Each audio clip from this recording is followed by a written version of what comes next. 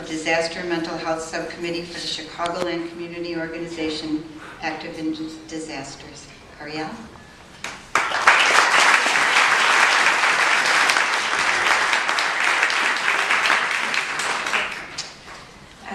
I just want to thank the MHAI Board of Directors and staff for this honor.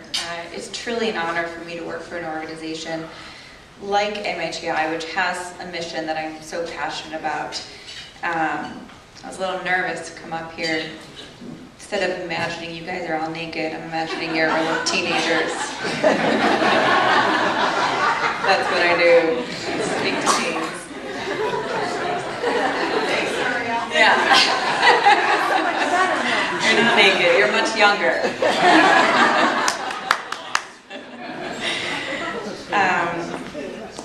You know, when you go into the field of mental health, it's funny because, you know, everyone gives you this look when you tell them you're a counselor. You know, they're like, oh, you're one of those people.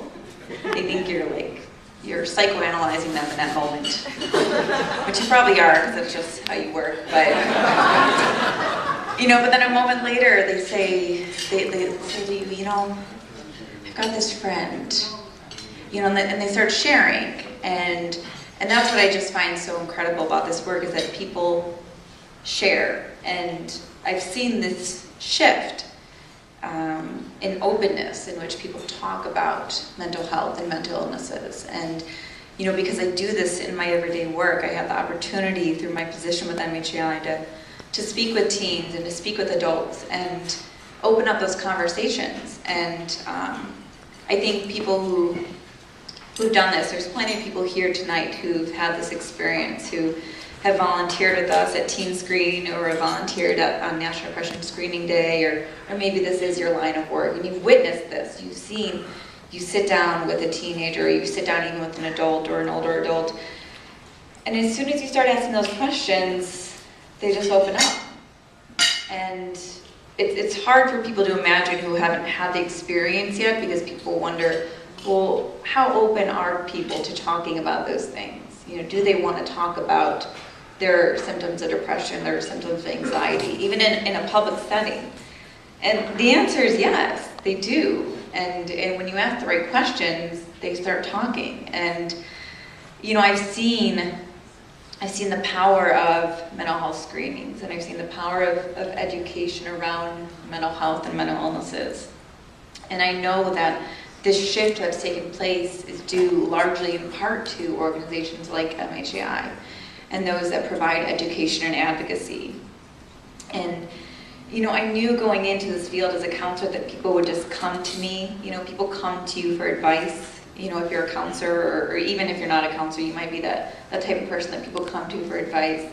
But what I didn't expect was that it'd be people who just are so willing to talk about these subjects. And on National Depression Screening Day, we've done these screenings at the Merchandise Mart, at Walgreens. I've done mental health screenings at a steel factory. You know, we've been all sorts of places, and people just open up and they share things with you. And, you know, I didn't know that this would happen. And, you know, when I go into schools and I provide presentations, I ask students for a show of hands. You know, I ask people, who in this room knows somebody? You know, you don't have to tell me who, but who knows somebody who's ever experienced depression or anxiety or an eating disorder or an addiction? And actually, I'm just going to ask this question now. Who in this room knows somebody? Can you raise your hand? This is what it looks like in a classroom. I mean, okay, this is a biased sample. You guys are all here from Mental Health America. But it's really not that different in a classroom of freshman students. And they look around and they see, wow, that classmate next to me knows somebody. And that classmate next to me just shared that their mother has depression, or that they've had depression. And so it's, you know, 80 to 90% of students raise their hand. And I think people would be surprised to find that happens. And, you know, when we go into schools and we provide students the opportunity to open up and share their experiences and ask for help, and talk about if they've had symptoms of depression or anxiety, or they've had thoughts of harming themselves. I think people would be surprised how many students not only answer yes, but then open up and share pretty much everything that's been going on in their life in that moment. And it gives them the opportunity to know that there's people out there that talk about these issues, and that it's okay to talk about these issues, and that it's okay to ask for help. You know, I've seen mental health education and mental health screening save lives. I've witnessed it, and I'm happy that I've had the opportunity to be a part of it through Mental Health America of Illinois. And I just want to thank you for this honor tonight, and thank you all for being here tonight to support the work that MHAI does in suicide prevention and mental health education. It's been a great privilege to be a part of such an important organization with such a meaningful mission and much needed work, especially in these times. Some of you might know that I'm going to be moving, unfortunately leaving in the next 6 weeks, and I'm going to greatly miss my MHAI family and all the people that I've had the opportunity to work with here as a result of my work with MHAI. It's truly been an honor. So thank you again. I invite you to enjoy the evening, eat well and drink well and give well. Thank you.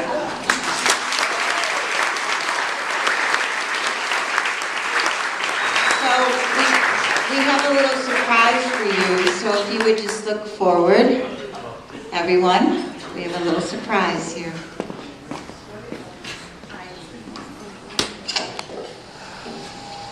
Of course, Mr. President. I certainly will. All right, thank you. You as well. Say hello to Sasha and Malia for me. All right, bye-bye, Mr. President. Oh, hello. My name is Luke Freeze, and this message comes to you from Kop Wilderness, Paktia Province, Afghanistan. It is my great honor to present my amazing wife, Ariel Mindel, with this beautiful MHAI Distinguished Service Award. In your unrelenting dedication, persistence, and hard work, you have been an unstoppable positive influence in the field of mental health. Your work has helped to improve the lives of countless young people and helped to bring awareness of mental health issues across Illinois.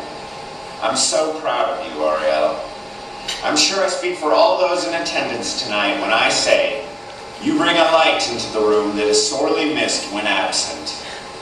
Congratulations on the award you are receiving tonight, and congratulations on an excellent job well done at MHAI. I love you, and I'll see you soon.